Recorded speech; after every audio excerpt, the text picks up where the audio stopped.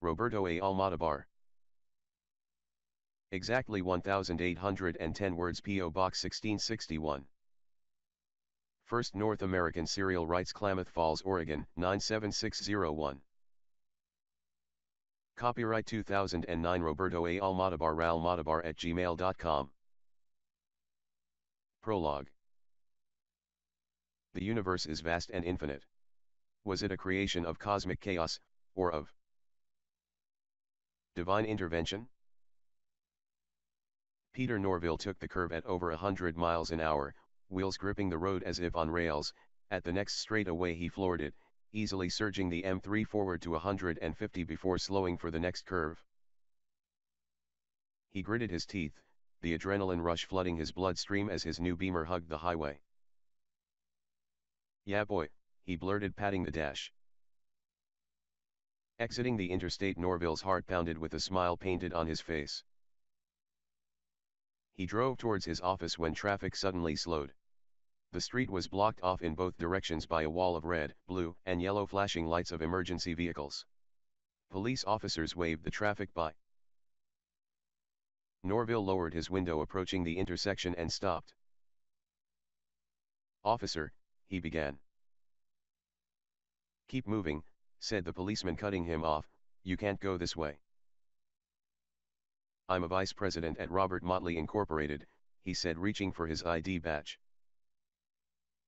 "I'll send someone to speak with you.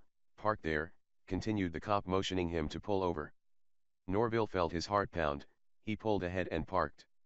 Switching on the radio, he scanned for the news. His heart skipped a beat as he listened. "Fuck," blurted Norville, adrenaline rushing through his veins. Tears welled up in his eyes. Everyone in his office had been killed. He sobbed like a child, waiting for the police, tears streaming down his face. Norville closed his eyes and gripped the wheel of his new sports car. He felt sick. It was all too horrendous. He needed to think, decided to check his email, and reached over for his laptop when he heard a crack, and felt a sting. "Arg," he moaned as he saw a hole appear in his driver's side window. The bullet just grazed the back of his neck as crimson surged from the flesh wound. "Son of a bitch," he screamed in anger that his new car was damaged. Then another pop and suddenly the window shattered. He instantly jammed the M3 into drive and punched the accelerator, rear wheels screeching as he disappeared down the street. Norville drove in terror back to the interstate, holding his burning neck. He pushed his new car to its limits to outdistance anyone trying to follow, then quickly got off a few miles up the highway. Norville handed the hotel clerk a crisp $100 bill. "Just one night," he said, "keep the change." Once in his room, he quickly connected his laptop to the Ethernet port to check his email, but discovered the site was down. "Shit," he blurted, then reached for his phone line and connected up his modem. Hurry up, hurry up." He pleaded with his laptop, which slowly made the dial-up connection.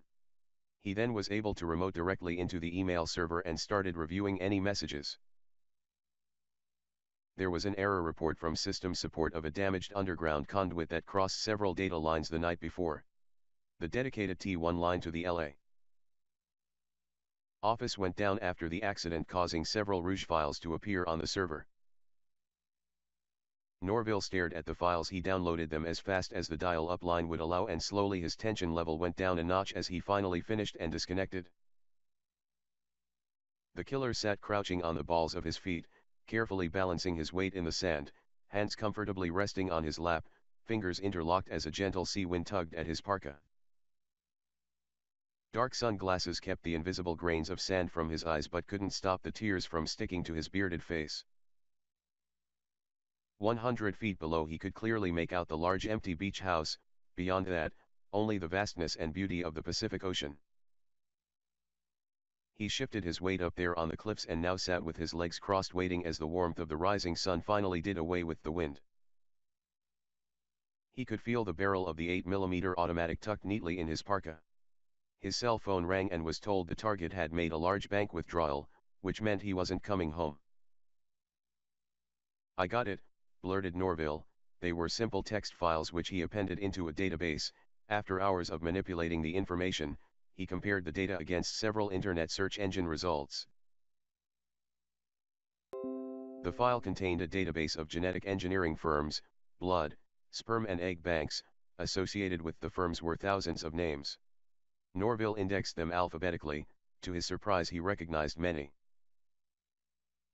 "My God," he blurted, "the President of the United States was listed here, world leaders, musicians, top scientists and even heads of clergy." He found common people including his own name on the list and the name of the hospital where he gave blood earlier in the year. The data also showed pickup dates related to each of the firms and the final destination for each pickup was Quito, Ecuador.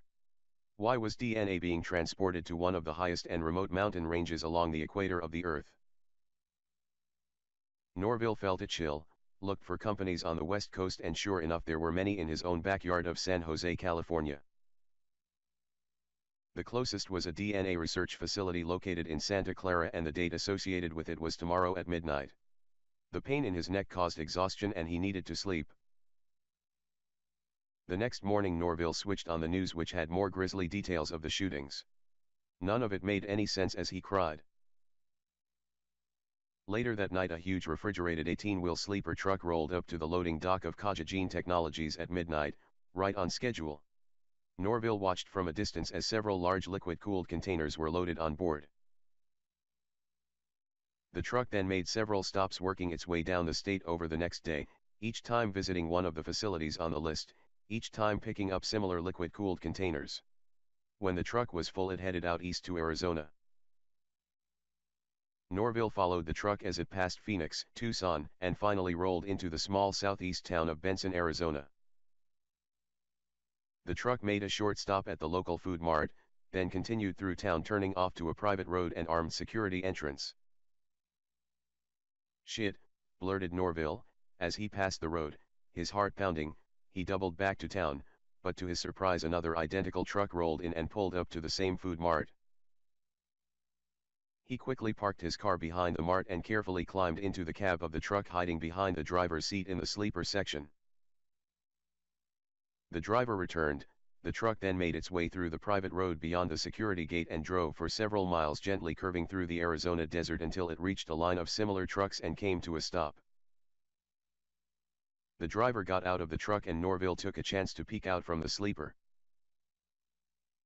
Through the windshield he could see the line of trucks, leading up to a ranch house and barn surrounded with trees.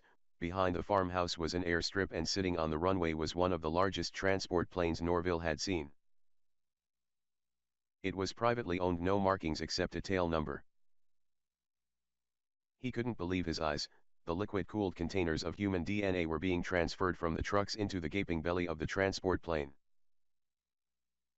"Shit," whispered Norville, his heart racing as he watched the next truck pull up and the process repeat itself. He asked himself, what did it all mean and why were people being killed if they knew about this? Norville suddenly felt something punch him in the ribs, flopping him over and down like a rag doll, followed by the muffled sound of the silencer. He tumbled down onto the driver's seat, then fell through the opened door where his killer stood. Norville's bloodied face was buried in the warm Arizona sand, but somehow he felt little pain, couldn't describe the feeling. The killer stood over him. "I'm sorry," he said, "the country is not ready to know these things." "You motherfuckers," blurted Norville, coughing up blood, "you killed everyone. Please tell me why." Norville managed to roll over. He could feel a warm glow inside. It was hard to breathe. Tears streamed down his face. "Please." "Why?" he asked, pleading with his eyes. "That plane is on a mission to try and save the human race." "I don't understand," blurted Norville, struggling to breathe. "The end of the universe," said the killer, holding back his own tears, watching as the lead truck had finished unloading and the line began to move. He then smiled and laughed. Who knew that space, time, the universe itself and everything we've ever experienced was actually created in an energized ball of plasma in some fucking science lab? "Unfortunately for us the science project is about to end," added the killer. "And no human invention, or technology can change that." You people are fucking crazy, Norville blurted with a whisper, feeling the pain of his wound for the first time. The killer looked down at him. Well, you asked, but there is some hope for us. What you and your friends stumbled upon is greater than anything conceived by mankind and must not be compromised. The creators of the universe have made themselves known and are offering a way to save the human race. The killer began to laugh. Wait, pleaded Norville as he raised the gun again. Creators, who are they? He fired another round into Norville. Sorry, it gets complicated. Norville could feel his life slipping away, didn't understand what was so funny. If it makes you feel any better, said the killer, reaching for Norville's arms and dragging him away from the truck, I'll be dead too in a few days. Bless me, Father, struggled Norville, trying to form the words, tears streaming down his face. For I have sinned, he said with his last breath. The killer shook his head, then turned around and walked back up the road where his car was waiting. He took comfort in the fact that Norville's DNA was already safely on board the transport, ready to depart for the real world. And that for all the innocent bloodshed, with a little luck he would see his victims alive again.